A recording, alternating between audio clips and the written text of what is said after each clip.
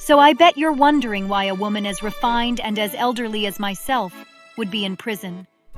Well, it's a rather sordid tale, and I think that you will agree with me that I was justified for my actions, and that my daughter-in-law, Kim, and my son, Edward, very much overreacted, and that I didn't deserve the punishment that I was given.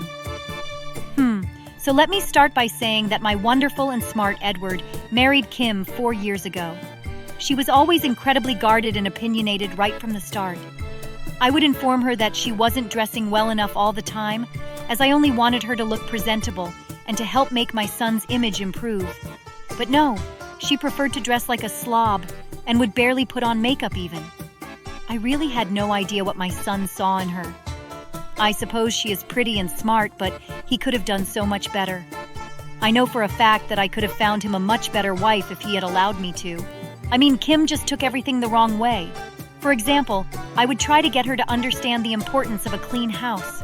Oh, Kim, there is far too much dust on the furniture in this room. When was the last time you cleaned? Or do you just wait for Edward to do it? I clean every week, Angela.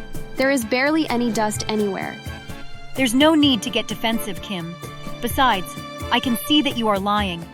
This house is a pigsty. Maybe I should show you how to properly vacuum at the very least. No, thank you. I know how to vacuum. She was always so rude with her responses. I swear I think she just married my son for his money and nothing else.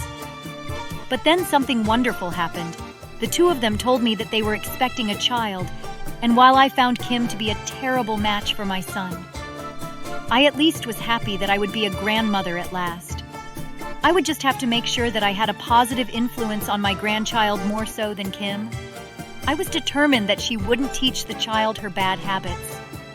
And so, a week before the baby was born, I moved in with my son and daughter-in-law so that I could help them out. It was rather selfless of me, to be honest, but of course they didn't appreciate it. You see, Kim, this is how you clean a house properly. I know how to clean, Angela. I'm just very pregnant and unable to do the household chores like I normally would. Let's be honest, Kim. You never really did them to begin with. At least not the way they should be done. But don't worry. I'm here now, and you don't have to worry about anything. A few days later, Kim went into labor and gave birth to a gorgeous little girl. I knew instantly that I needed to guide my granddaughter into becoming a perfect little lady, and I could only do so by living with her, and so I moved many of my belongings into my son's house while they were at the hospital. They were incredibly surprised by my belongings being in their home, but they were so busy with the newborn that they ignored it for the time being. Which was a good thing since I didn't feel like having to justify my choices to them. As Edward's mother and the grandmother, it was my right to move in after all. They should have been grateful that I would sacrifice my free time and energy to help them raise that little girl properly. However, within a week, things began to break down. Kim was just so rude and disrespectful. She didn't value my time and experience at all. Thank you for helping to change the baby's diapers, but please stop feeding her formula. We want to breastfeed her for as long as possible. You only need to do that for the first week. It's better for the baby if you don't. After all, it's rather barbaric. I mean, are you a dog? Because only animals breastfeed their young. Trust me, using formula is much better, and less people will give you a hard time about it when you are in public. I don't even really want to see it, and I live here with you. Yes, about that. I'm sorry, Angela, but with the baby. We really don't have the room for you to live here as well, and we were wondering if you could start making plans to move back to your own home. I was insulted, but I chose to be the bigger person and ignore her complaints. After all, I was only interested in the well-being of my granddaughter, who was being raised quite inappropriately by my daughter. For starters, she was allowing her to sleep whenever she wanted to. I tried to explain to her that she shouldn't let the baby dictate what time she slept. It was absurd. Kim, you're the adult. You need to set the rules. She's a newborn, Angela. She sleeps whenever she needs to. If you don't get control of her now, then she will lash out later when she is older and end up marrying some moron. Is that what you want? Angela, you are out of line. I walked away before I would say something mean, which was for the best. It was then that I realized that Kim was never going to see reason.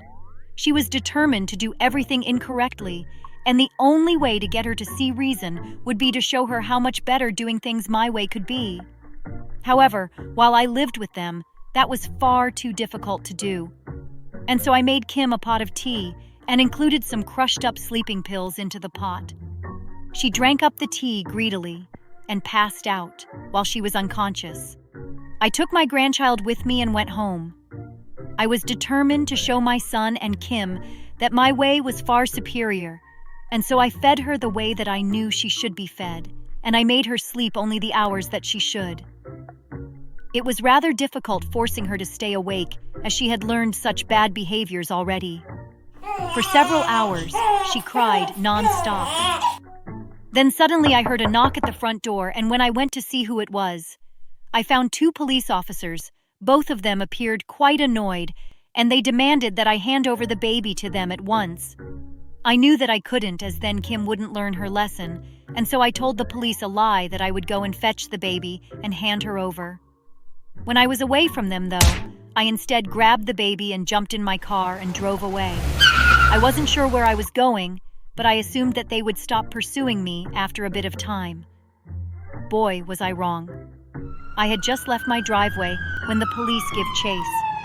They were so persistent and simply would not leave me alone. I tried hard to lose them, but they wouldn't stop until I made a mistake and drove into a light post. I ruined my car and broke my leg as a result of the crash.